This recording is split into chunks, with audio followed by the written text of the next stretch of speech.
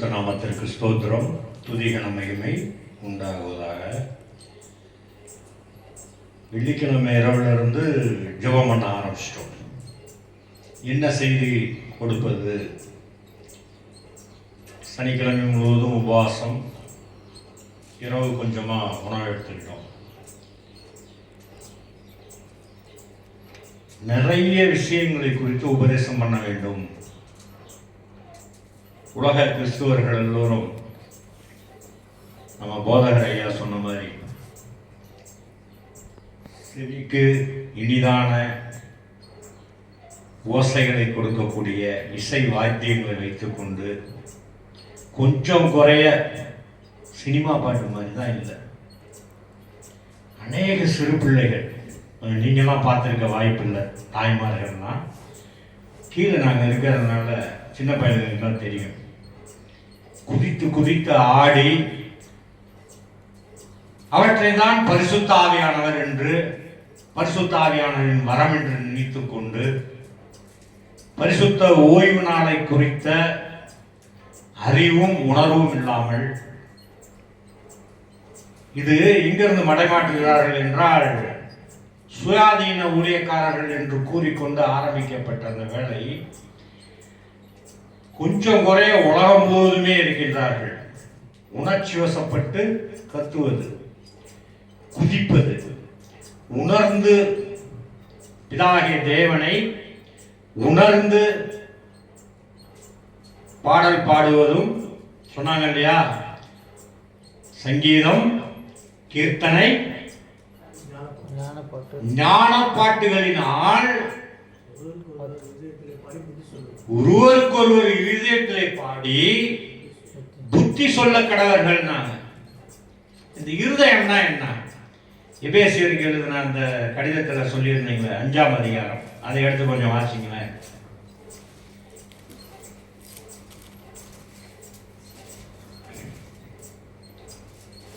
நீங்களே சொன்னீங்க அந்த வசனம். சங்கீதங்களினாலும் கீர்த்தனைகளாலும் ஞான பாட்டுகளினாலும் ஒருவருக்கு ஒருவர் புத்தி சொல்லிக் கொண்டு உங்கள் இருதயத்தில் கர்த்தரை பாடி கீர்த்தனம் பண்ணி நம்முடைய கர்த்தராகிய இயேசு கிறிஸ்துவின் நாமத்தினாலே எப்பொழுதும் எல்லாவற்றிற்காகவும் பிதாவாகிய தேவனை ஸ்தோத்தரித்து தெய்வ பயத்தோடு ஒருவருக்கொருவர் கீழ்ப்படிந்திருங்கள். இருதயம் அப்படின்ற அந்த வார்த்தைக்கு பொருள் என்னன்னா, ஆங்கில வழி பைபிள்ல பாத்தீங்கன்னா, பிள்ளைங்களா நல்லா தெரிஞ்சுக்கீங்க, ஹர்ட்னு இருக்கும். தயவு செய்து உலகமெங்கும் இந்த உபதேசத்தை கேட்க போகின்ற எனது அருமை தமிழ் மொழி குடும்பத்தாருக்கு உங்களை கையெடுத்து கூப்பிட்டு கேட்கிறேன். ஆங்கில மொழிபெயர்ப்பில் இருக்கிற வார்த்தை ஹர்ட்னு இருக்கும், அதை இதயம் என்று அநேகர் நினைத்துக் கொண்டிருக்கிறார்கள். இதயம் வேறு, இருதயம் வேறு. ஆதியாகமத்திலே இருக்கும், மனிதனின் இருதயத்தின் நினைவுகளின் தோற்றமெல்லாம் நித்தமும் பொல்லாதவைகளாயிருக்கிறது. அந்த இருதயம்ங்கிற அந்த வார்த்தைக்கு பேர் என்னன்னா, நம்மளுடைய உணர்வு வெளிப்படுதுல்ல, என்னென்ன செய்யறோம்? பொய் சொல்றோமா? இச்சிக்கிறோமா இல்லையா? அடுத்தவனை தூசிக்கிறோமா? அன்பை வெளிப்படுத்துவது இல்லையா? புறங்கூடுறோமா? கடுஞ்சொல் சொல்றோமா? நம்ம உணர்வு வெளிப்பட்டு கொண்டே இருக்கா இல்லையா? உணர்வும் அறிவும் சேர்ந்த 2 புலன் இருதயம். சென்ற ஓய்வு நாள்ல என்ன சொன்னோம்? அறிவுனா உண்மையை உடனடியாக தெரிந்து கொள்வதும் நினைவாற்றலும். எதுக்கு இப்ப நம்ம சபைக்கு வரணும்? மரணத்துக்கு நீங்களாகி முதலாம் உயிர்த்தெழுதலில் பங்கடைய வேண்டும்.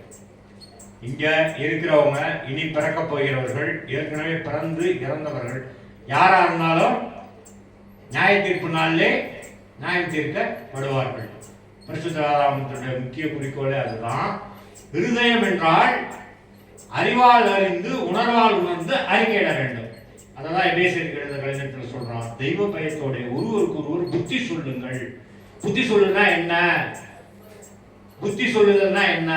தெரியாதவங்க தெரிஞ்சவங்க சொல்றதை கேட்டு உங்க அறிவுல நிறுத்தி அதை உங்கள் உணர்வுகளாக வெளிப்படுங்கள்.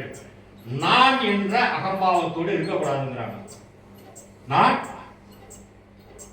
நான் என்பது அகம்பாவம். என்ன பாவம்? எனது என்பது புறப்பாவம். ஏன் பேனா, ஏன் பென்சிலு, ஏன் வீடு, ஏன் பைக்கு, அந்த வார்த்தையே சொல்லக்கூடாதுங்கிறாங்க. என்ன சொல்றாங்க? நான் என்பது அகம்பாவம். ஆண்டவர் ரட்சகருமான இயேசு கிறிஸ்து சொன்ன உபதேசம் பிரசங்கத்தெல்லாம் எடுத்து வாசிங்கன்னா எங்கேயுமே அவர் நான் சொல்லி இருக்க மாட்டார். கர்த்தருடைய பரிசுத்த நாமத்திற்கு ஸ்தோத்திரம். அல்லேலூயா சொல்லுங்க. அல்லேலூயா. இன்னைக்கு நாம் கேட்க எடுத்துக்கொண்ட பகுதி லூக்கா எழுதின நற்செய்தி நூல். லூக்கா எழுதின நற்செய்தி நூல்.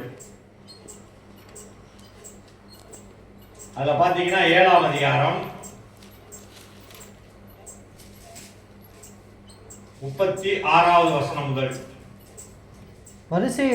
பரிசேயரில் ஒருவன் தன்னுடனே போஜனம் பண்ண வேண்டும் என்று அவரை வேண்டிக் கொண்டான். அவர் அந்த பரிசேயனுடைய வீட்டில் பிரவேசித்து வந்திருந்தார். அப்பொழுது அந்த ஊரிலிருந்து பாவியாகிய ஒரு ஸ்திரீ அவர் பரிசேயின் வீட்டில் வந்திருக்கிறதை அறிந்து ஒரு பரணியில் பரிமளம் தைலம் கொண்டு வந்து அவருடைய பாதங்களின் அருகே பின்னாக நின்று அழுது கொண்டு அவருடைய பாதங்களை தன் கண்ணீரினால் நினைத்து தன் தலைமறையினால் துடைத்து அவருடைய பாதங்களை முத்தம் செய்து பரிமள தைலத்தை பூசினாள். அவரை அழைத்த பரிசேயன் அதை கண்டபோது, இவர் தீர்க்கதரிசியாய் இருந்தால் தம்மை தொடுகிற ஸ்திரீ இன்னாள் என்று இப்படிப்பட்டவள் என்றும் அறிந்திருப்பார். இவள் பாவியா இருக்கிறாளே என்று தனக்குள்ளே சொல்லிக் கொண்டான். இயேசு அவனை நோக்கி, சீமோனே, உனக்கு நான் ஒரு காரியம் சொல்ல வேண்டும் என்றார். அதற்கு அவன், போதகரே, சொல்லும் என்றான். அப்பொழுது அவர், ஒருவனிடத்தில் 2 பேர் கடன்பட்டிருந்தார்கள். ஒருவன் 500 வெள்ளிக்காசும் மற்றொருவன் 50 வெள்ளிக்காசும் கொடுக்க வேண்டியதாக இருந்தது. கொடுக்க அவர்களுக்கு நிர்வாகம் இல்லாத போது இருவருக்கும் கடனை மன்னித்து விட்டான். இப்படி இருக்க அவர்களில் எவன் அவனிடத்தில் அதிக அன்பாயிருப்பான், அதை சொல் என்றார். சீமோன் பிரதியுத்தரமாக, எவனுக்கு அதிகமாய் மன்னித்து விட்டானோ அவனே அதிக அன்பாயிருப்பான் என்று நினைக்கிறேன் என்றான். அதற்கு அவர், சரியாய் நினைத்தாய் என்று சொல்லி ஸ்திரீனிடமாய் திரும்பி சீமோனை நோக்கி, இந்த ஸ்திரீயை பார்க்கிறாயே, நான் உன்னை வீட்டில் பிரவேசித்தேன். நீ என் கால்களுக்கு தண்ணீர் தரவில்லை. இவளோ கண்ணீரினால் என் கால்களை நினைத்து தன் தலைமறையினால் அவைகளை துடைத்தாள். நீ என்னை முத்தம் செய்யவில்லை. இவளோ நான் உட்பிரவேசித்து முதல் என் பாதங்களை ஓயாமல் முத்தம் செய்தாள். நீ என் தலையில் எண்ணெய் பூசவில்லை. இவளோ என் பாதங்களில் பரிமளம் தைலம் பூசினாள். ஆதலால் நான் உங்களுக்கு சொல்லுகிறேன், இவள் செய்த அநேக பாவங்களை மன்னிக்கப்பட்டது. இவள் மிகவும் அன்பு கூர்ந்தாலே. எவனுக்கு கொஞ்சம் மன்னிக்கப்படுகிறதோ அவன் கொஞ்சமாய் அன்பு கூறுவான் என்று சொல்லி அவளை நோக்கி, உன் பாவங்கள் மன்னிக்கப்பட்டது என்றார். படிக்கணுமா? அப்பொழுது கூட பந்திருந்தவர்கள், பாவங்களை மன்னிக்கிற இவன் யார் என்று தங்களுக்குள்ளே சொல்லிக் கொண்டார்கள். அவர் ஸ்திரீயை நோக்கி, உன் விசுவாசம் உன்னை ரட்சித்தது, சமாதானத்தோட போய் என்றார். சமாதானத்தோட போய் என்றார். அப்ப சொல்றாரு, பாவியாகிய ஸ்திரீ பரிசேய வீட்டுக்கு வந்திருக்கிறார். பரிசேய என்பது நிறைய பேருக்கு தெரியும், தெரியலன்னா தெரிஞ்சுக்கோங்க. உயிர்த்தெழுதலும் தேவதூதரும் ஆவியும் இல்லைங்கிறவங்க சதுசேயர், அது இருக்குன்னு சொல்றவங்க பரிசேயர். இப்ப பரிசேய வீட்டுல போய் பந்தி இருக்கிறாரு.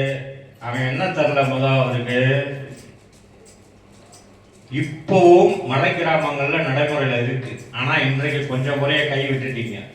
தண்ணி குடிப்பீங்கல்ல, வந்த உடனே குடிப்பீங்களா இல்லையா? கைவிட்டுட்டீங்க. வடகிழக்கு மாநிலங்களில் இப்பவும் அந்த பழக்கம் இருக்கு. தண்ணி கொண்டு வந்து கொடுப்பாங்க, குடிக்கவும் கால் கழுவுவோம். அடுத்து வாங்க வாங்கன்னு சொல்லி முத்தமிடுவார்கள். அடுத்து என்ன கொடுக்கணும்? இது இப்ப இங்க எனக்கு தெரிஞ்சு முன்பு தண்ணி கொடுத்தாங்க, வாங்கினாங்க, முத்தமிட்டார்கள். என்ன கொடுத்து நான் பார்த்ததில்ல. ஐயா, உங்க காலத்துல ஏது வந்தா தலைக்கு என்ன வைப்பாங்களா? வச்சிருக்காங்க, பார்த்துருங்க. ஆண்டவர் வந்து பரிசேயன் வீட்டில் போய் பந்தி இருக்கையில பாவியாகிய ஸ்திரீ என்ன செய்கிறா? தன்னுடைய பாவங்களின் நிமித்தம் அவளுக்கு தெரியும்ல, அவ அறிவுக்க அவ உணர்வை வெளிப்படுத்துறா. இருதயத்தால் ஏவப்பட்டு என்ன செய்யறா? கண்ணீரினால் கால்களை கழுவி தலைமுடியினால அவருடைய கால்களை தொடச்சு பரிமள தைலத்தை அவர் தலையில் தடவுறார், பாதங்கள் தடவுறார். தான் தலையில தடவ தகுதியற்றவள் என்பதால் பாதங்களில் பூசிக்கிட்டு இருக்கா. அப்ப சாப்பிட கூப்பிட்டவனுக்கு ஒரு என்ன வருது, அங்க கூட இருக்கவங்களுக்கு வருது, இவர் தீர்க்க தரிசியா இருந்தா இந்த பொம்பளை யாருன்னு தெரியுமே. மனிதனோட உள்ளத்தில் இருப்பதை நம்ம உள்ளத்தில் இருக்கிறதையும் சரி அவரால் அறிய முடியும். அதான் சொல்றாரு, ஒருத்தன் 500 காசு கடை மட்டும்தான். இப்ப புரியுற மாதிரி சொன்னா, ஒருத்தன் 500 ரூபாய் கடை வாங்கியிருந்தான், ஒருத்தன் 50 ரூபாய் கடை வாங்கியிருந்தான். 2 பேரையும் மன்னித்தால் யார் அதிகம் அன்பு கூறுவா? 500 ரூபாய் வாங்கினான்னா அதிக பாவம் செஞ்ச உன் பாவம் உனக்கு மன்னிக்கப்பட்டது, சமாதானத்தோட போ, உன் விசுவாசம் ரட்சித்தது. அன்னைக்கே அவ முதலாம் வீழ்த்தல வந்துட்டா. அவ பேர் தெரியாது, என்னது பேர் தெரியாது, ஊர் தெரியாது. சீமோன்கிற வீட்டுக்கு இவர் போயிருக்கார். தான் பாவி என்பதை அறிவால் அவர் அறிந்திருக்கார். தன்னுடைய உணர்வுகளை எப்படி வெளிப்படுத்துறார்? கீழ்ப்படிதலோட போய் வந்திருக்கிறவர் இன்னார்னு தெரிந்து அவள் வெளிப்படுத்திய விதம் எவ்வளவு அன்பு கூர்ந்தா, எவ்வளவு அந்த அன்புன்ற வார்த்தைக்கு என்னன்னு தெரிந்து கொள்ளுங்க. எண்ணம், சொல், செயல்ல பயன் கருதாமல் செய்யறது. புரியுதா? என்னிடத்துல அன்பு கூறாம உன்னிடத்தில் அன்பு கூறுகள் பிறனிடத்திலும் அன்பு கூறுவாயா? இன்னைக்கு ஒரு சில கிறிஸ்தவர்களை தவிர புதிய ஆடையை எடுத்து கொடுக்கிற கிறிஸ்தவனே இல்லை. என்ன பாஸ்டர், ஆசிரமங்களுக்கு என் பிள்ளைங்க போட்டிருந்த ஆடை 2 தடவை போட்டாங்க, வேதனையா இருக்கு. உன்னில் அன்பு கூறுவது போல் பிறனிடத்தில் அன்பு கூறணும்ல. சின்ன பிள்ளைங்க, அனாத பிள்ளைங்க, தாய் தாப்பன் இல்லாத பிள்ளைங்களுக்கு எப்படி எடுத்து கொடுக்கணும்? துணிமணி புதுசா கொடுக்கணும். நீ வா என்னோடு இந்த ஆனந்த களியாட்டுல இயேசு கிறிஸ்துவின் பிறப்புல, புது வருட பிறப்புல மகிழ்ச்சியா இருக்கணும். அத நிறைய பேரு அது சொல்ல முடியாது. நம்ம குற்றச்சாட்டக்கூடாது, நியாயம் தீர்க்க கூடாது, அவன் மனசாட்சிக்கே விட்டுறோம். இப்ப அந்த இடத்துல அன்பு கூர்ந்தால் உன் பாவம் உனக்கு மன்னிக்கப்பட்டது. அடுத்து அங்க இருந்தா கேட்கிறான், பாவங்களை மன்னிப்பதற்கு இவன் யார்? பாவங்களை மன்னிக்கிறதுக்கு ஒரு தகுதி வேணும்ல. பாவங்களை, நான் செய்த குற்றத்தையும் பாவத்தையும் மன்னிப்பதற்கு அவருக்கு ஒரு தகுதி இருக்கணும்ல. அவரே சொல்லியிருக்கிறாரு, அற்புதமா சொல்லியிருக்காரு. எடுத்து பாருங்க, அதே அதிகாரம் லூக்காவுல 10ஆம் அதிகாரம் 22வது வசனம் வாசிங்க. சகலமும் என் பிதாவினால் எனக்கு ஒப்பு கொடுக்கப்பட்டிருக்கிறது. பிதா தவிர வேறு ஒருவனும் குமாரன் என்னார் என்று அறியார். குமாரனும் குமாரன் அவரை எவனுக்கு வெளிப்படுத்த சித்தமாய் இருக்கிறாரோ அவனும் தவிர வேறு ஒருவரும் பிதா என்னார் என்று அறியாமல் என்றார். சகலமும் என் பிதாவினால் எனக்கு ஒப்பு கொடுக்கப்பட்டிருக்கிறது. பிதா தவிர ஒருவனும் குமாரன் இன்னார் என்று அறியான். குமாரனும் குமாரன் அவரை எவனுக்கு வெளிப்படுத்த சித்தமாய் இருக்கிறாரோ அவனும் தவிர வேறொருவனும் பிதா இன்னார் என்று அறியான் என்றார். இதே வசனம் மத்தேயுவிலே இருக்கும். இந்த 2 நற்செய்தி நூல்ல இந்த வசனங்கள் இருக்கும். 4 நற்செய்தி நூல்ல 2 நற்செய்தி நூல்ல இருக்கும். மத்தேயு எழுதினதுல 11ஆம் அதிகாரம், சகலமும் என் பிதாவினால் எனக்கு ஒப்பு கொடுக்கப்பட்டிருக்கிறது. பிதா தவிர வேறொருவனும் குமாரனை அறியான். குமாரனும் குமாரன் எவனுக்கு அவரை வெளிப்படுத்த சித்தமாய் இருக்கிறாரோ அவனும் தவிர வேறொருவனும் பிதாவை அறியான். இந்த இடத்துல உலகமெங்க இருக்கின்ற தமிழ் மொழி குடும்பத்தார் ஒரு விஷயத்தை தெரிந்து கொள்ளணும். யோபு நூல்ல பாத்தீங்கன்னா யோபின் 3 நண்பர்களும் சொல்லிக்கிட்டே வருவாங்க, பிதாவை அறிய முடியாது, உணர முடியாது, அப்படி இப்படிலாம். என்னது அறிய முடியாது. அதுல ஒருத்தர் கல்யாணம் ஆகாத 4ஆவதா ஒருத்தர் இருப்பான், ஒரு சின்ன பையன், வாலிப பையன். ஏன் இவற்றெல்லாம் கூறுகிறோம் அப்படின்னா, இப்ப இந்த ஒருவருக்கு இப்ப நான் கடன் கொடுத்துருக்கேன், 500 ரூபா கொடுத்துருக்கேன், மன்னிச்சிட்டப்பா, நீ வச்சுக்கப்பா, நீ எனக்கு கடன் திருப்பி தர வேண்டியதில்லை, இது என்னுடைய உழைப்பு, என்னது என்னுடைய முயற்சியால் கிடைச்சது. 5000 கடன் கொடுத்துருக்கேன், ஒரு ஆள் உன்னால கொடுக்க முடியல, சரி போங்க நல்லா இருங்க. அவரு மகிழ்ச்சியா போயிட்டாரு. நான் கடன் வாங்கிக்கிறேன், என் நண்பர்கள் பட்டியலிட்டா பெரிய பட்டியலா நீளும், லட்சக்கணக்கில். முத வாடா, என்னம்மா சொன்னாங்க, நீ முத வாடா, கட்டி பிடிச்சா எல்லாரும் ஏன்னா என்ன விட்டுட்டு போனேன், இந்த காசு இல்லைன்னா இன்னொரு காசு சம்பாதிச்சிருக்கலாம். இப்ப அவன் மீது நம்ம அதிகமா அன்பு கூடுறோமா? ஆனா பாவத்தை மன்னிக்கிற இவர் யார்? ரொம்ப எளிது. பரிசுத்த சென்ற வாரத்துல சொல்லிக்கிட்டு இருக்கோம், நம்ம அறிவால் அறிந்து உணர்வால் உணர்ந்து கொள்ள முடியும். நம்மளுடைய ஒளி குடும்பத்தாருக்கு செய்து கொடுத்தீங்கன்னா, யாருக்கு? நம்மளுடைய ஒளி குடும்பத்தாருக்கு ஏற்கனவே பிதாவாகிய தேவனிடத்தில் அவங்க கேட்டு பாசையை தாறுமாறாக்கினார் இல்லையா, செம்மொழியாக மாற்றி கொடுத்திருக்கிறார்கள். பிதாவாகிய தேவனால அங்கே அவர்கள் யாரையுமே உருவங்களே வணங்கினது கிடையாது, வார்த்தையாக இறைவனை தான் சொல்றாங்க. மனித முயற்சியால் பிறக்கின்ற ஒளி நிலைக்காதுங்கிறாங்க, மனித முயற்சியால் பிறக்கின்ற ஒளி நிலைக்காதுங்கிறாங்க. இன்னும் சொல்ல போனா ஆதாம் தோட்டத்தின் விருட்சங்களுக்குள்ளே ஒளித்து கொண்டான்னு இருக்கும். இங்கே அதை இலக்கணமாக எப்படி கூறுகிறார்கள் என்றால், முன் இல்லதனை உண்டாக்குதலும் வேறுபடுதலும் எய்துதலுங்கிறாங்க, செயற்கை உணர்வு. இதெல்லாம் பிதாவாகிய தேவனானவர் வெளிப்படுத்தினார். இப்ப பிதாவுக்கும் குமாரனுக்கும் உள்ள வேற்றுமை என்ன என்பதை தெரிந்து கொள்ளணும்ல, ரொம்ப எளிது. யோவான் எழுதின நற்செய்தி நூல் 6ஆம் அதிகாரம் எடுங்க. அவர் எப்படி பாவத்தை மன்னிப்பதற்கு தகுதி உடையவராக இருக்கிறார்.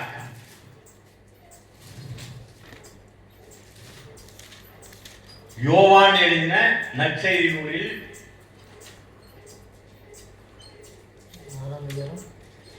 25, 26, 27. கடலின் அக்கறையிலே அவர்கள் அவரை கண்டபோது, ரபி, நீர் எப்பொழுது இவ்விடம் வந்தீர் என்று கேட்டார்கள். இயேசு அவர்களுக்கு பிரயோத்தரமாக, நீங்களும் அற்புதங்களை கண்டதினால் அல்ல, நீங்கள் அப்பம் புசித்து திருப்தி ஆனதனாலேயோ என்னை தேடுவீர்கள் என்று மெய்யாகவே மெய்யாகவே உங்களுக்கு சொல்லுகிறேன். அழிந்து போகிற போஜனத்திற்காக அல்ல, நித்திய ஜீவன் வரைக்கும் நிலைத்திருக்கிற போஜனத்திற்காகவே கிரியை நடைபெறுங்கள். அதை மனுஷகுமாரன் உங்களுக்கு கொடுப்பார். அவரை பிதாவாகிய தேவன் முத்திரித்திருக்கிறார் என்றார். இப்ப இவரு ஊழியத்துக்கு போவேல என்ன செய்யறாரு? பண்டைய இஸ்ரவேல் தேசத்திலையும் சமாரியா தேசத்திலையும் ஊழியம் பண்ணி கொண்டு இருக்கல, முதல் நாள் போன இடத்துல நல்லா அப்பம் மீன் கொடுத்ததுனால அடுத்த நாளும் போனோம்னா உபதேசம் செய்வார். கேட்டுட்டு நல்லா அவர் ஃபுல்லாக சாப்பிட்டு வரலாம் அப்படின்ட்டு தேடிக்கிட்டு போவேல சொல்றார். அழிந்து போகிற போஜனத்திற்காக அல்ல, நித்திய ஜீவன் வரைக்கும் நிலைநிற்கின்ற போஜனத்திற்காக கிரியை நடப்பீங்கள். அழிந்து போகிற போஜனம் நாம உண்ணுகின்ற உணவு, நித்திய ஜீவன் வரைக்கும் நிலைநிற்கிற போஜனம் செவி போஜனம். கேள்விங்கிற அதிகாரத்துல திருக்குறள்ல 10 குறள் இருக்கு. செல்வத்துள் செல்வம் செவி செல்வம் அச்செல்வம் செல்வத்துள் எல்லாம் தலையின ஆரம்பிச்சு செவியின் சுவையுணரா வாயுணர்வின் மாக்கள் அவியினும் வாழினும் என்னன்னு முடிச்சிருக்கோம். வார்த்தைக்கு உண்டான உணர்வை உணராத அந்த மனித பிண்டம் இருந்தா என்ன செத்தா என்ன கோமா எழுதியிருக்காங்க. செவியின் சுவையுணரா வாயுணர்வின் மாக்கள் அவியினும் வாழினும் என்ன இருந்தா என்ன வாழ்ந்தா என்ன செத்தா என்ன. ஏனென்றால் அறுசுவ உணவு வயிற்றுக்குள்ள போய் மனமா போயிடுமா. மனம் என்றால் ஆணவம்ங்கிறாங்க.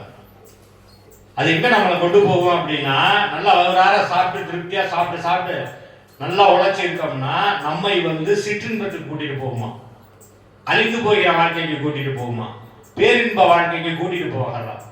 நம்முடைய உணர்வு எங்கே வெளிப்பட வேண்டும்? வார்த்தையாயிரம் இடத்துல பிதாவாகிய தேவனிடத்திலிருந்து அவருடைய சித்தத்தின்படி கேட்டு கற்று நடந்து கொள்ள ஆண்டவர் ரட்சகருமான இயேசு கிறிஸ்துவிடத்துல சும்மா எளிமையா கேட்கலாம்.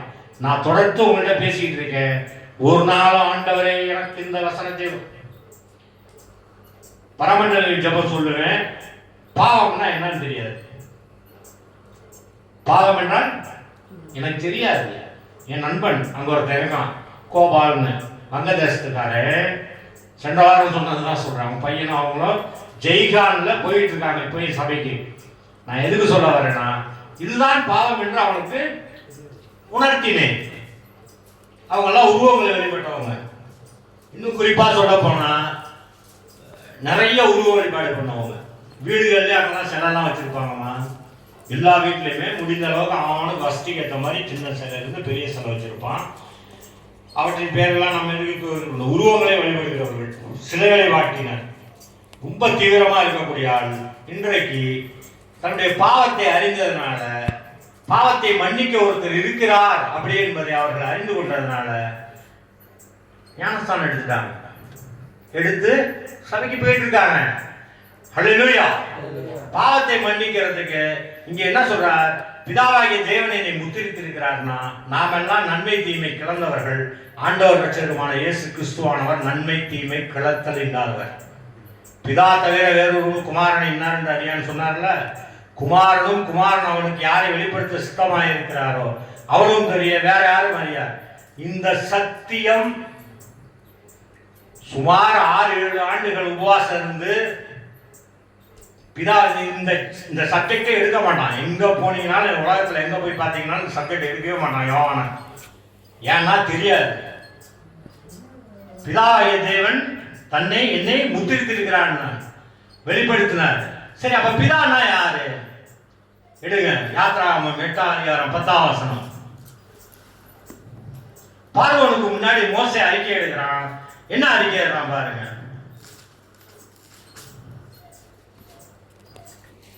அதற்கு அவன் நாளைக்கு என்றான்.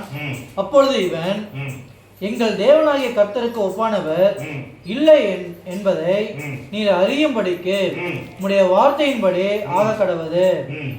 தவளைகள் போதும். அதற்கு அவன் நாளைக்கு என்றான். அப்பொழுது இவன், எங்கள் தேவனாகிய கர்த்தருக்கு ஒப்பானவர் இல்லை என்பதை நீர் அறியும்படிக்கு உம்முடைய வார்த்தையின்படி ஆக கடவது.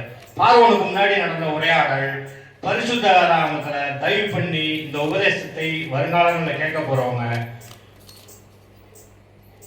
ஆதியாகமத்திலிருந்து மல்கியா வரைக்கும் பார்த்தீங்கன்னா, ஒப்பானவர் இல்லை, நிகரானவன் இல்லை, சமமானவன் இல்லை.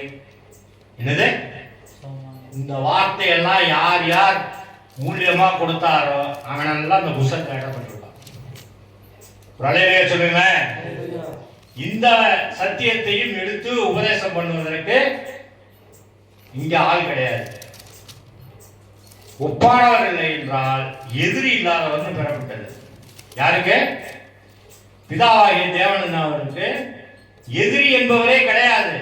ஆனா பரிசுத்த வேதாகமத்துல வருது, சாத்தான் வந்தான் நின்னான், எல்லாம் உவமை போலின்னு சொல்லுவாங்க.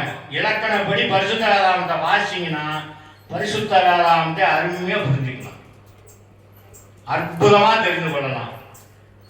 இது பிதாவாகிய தேவன் அவருடைய சித்தத்தின்படி அவர் யாருக்கு அதிகம் கொடுக்கணும்னு நினைச்சாரோ கொடுத்திருக்கிறார். அதான் சென்ற வாரம் சொன்னேன். நம்ம சபையில இருந்து தான் நியாய தீர்ப்பு தொடங்கும். உண்மையே கொடுத்து விட்டார், உபதேசம் பண்ண சொல்லி அனுப்பிச்சிட்டாரு, உபதேசம் செய்து கொண்டு இருக்கிறோம். யார் அழைச்சாங்களோ அவங்கள்ட்ட தான் போய் செய்வோம். புரிஞ்சுக்குங்க. வாசிங்க. எரேமியா 49:19. இதோ புரண்டு ஓடுகிற யோர்தான் இடத்திலிருந்து சிங்கம் வருவது போல் பலவானுடைய தாபரத்துக்கு விரோதமாய் வருகிறவன் அவனை சடுதியில் அங்கே இருந்து ஓடி வர பண்ணுவேன். நான் அதற்கு விரோதமாக கட்டளையிட்டு அனுப்ப தெரிந்து கொள்ளப்பட்டவன் யார்? எனக்கு சமமானவன் யார்? எனக்கு மட்டு கட்டுகிறவன் யார்? எனக்கு முன்பாக நிலைநிற்க போகிற மெய்ப்பன் யார்? அவர் முன்பாக யாருமே நிற்க முடியாது. அதுதான், அவருக்கு சமமானவர் கிடையாது, ஒப்பானவர் கிடையாது, நிகரானவர் கிடையாது. இது மோசே முதல் மெல்லியா வரைக்கும் அவர் யார் யாரை பாத்திரவான்களாக தெரிந்து கொண்டாரோ பரிசுத்தம் எழுதுறதுக்கு அவங்க மூலியமா அந்த வார்த்தையை போட்டுருவார். ஏன் இதெல்லாம் சொல்லிட்டு வரோம் அப்படின்னா, பிதாவை தவிர குமாரனை இங்க சொல்லியிருக்காங்க, மத்திய 7 லூக்காலையும் சொல்லியிருக்காங்கப்பா. பிதா என்ன, 2 குமாரனும் குமாரன் தெரியாதுன்னு சொன்னாங்க இல்லையா, வெளிப்படுத்துறாங்க. பிதாவாகிய தேவனுக்கு ஒப்பானவர் இல்லை, குமாரன் முத்திரிக்கப்பட்டவர். அதனாலதான் சொன்னாரு, பிதா குமாரன் பரிசுத்த ஆவியானதினால் ஞானஸ்தானம் எடுத்துக்கொள்ளுங்கள். ஞானஸ்தானம் எடுத்துட்டீங்களா? எடுத்துட்டீங்க. அம்மா அவங்க எடுத்துட்டாங்க, எடுக்கல. தம்பி சிங்கக்குட்டி ஞானஸ்தானம் எடுக்கல. ஏன் தண்ணியில ஞானஸ்தானம் எடுக்கணும் தெரியுமா? நீ எடுத்துட்டு தானே ஞானஸ்தானம். ஏன் எடுக்கணும்? ஏன் பாலில் எடுக்கலாமே, இல்லைன்னா எண்ணெய் தொட்டிகளை வச்சு எண்ணெயை ஊற்றி எடுக்கலாமே. ஏன் ஞானஸ்தானம் எடுக்கணும்? நிக்கதோம போய் கேட்கறான்ல, மறுபடியும் ஒருத்தன் பிறக்கணுங்கிறீங்களே, என்ன எங்களுக்கு புரியலன்னு. ஜலத்தினாலும் ஆவியினாலும் பிறக்கணுங்கிறாரா? நன்மை தீமை கலந்த ஆவியில பிறக்கக்கூடாது.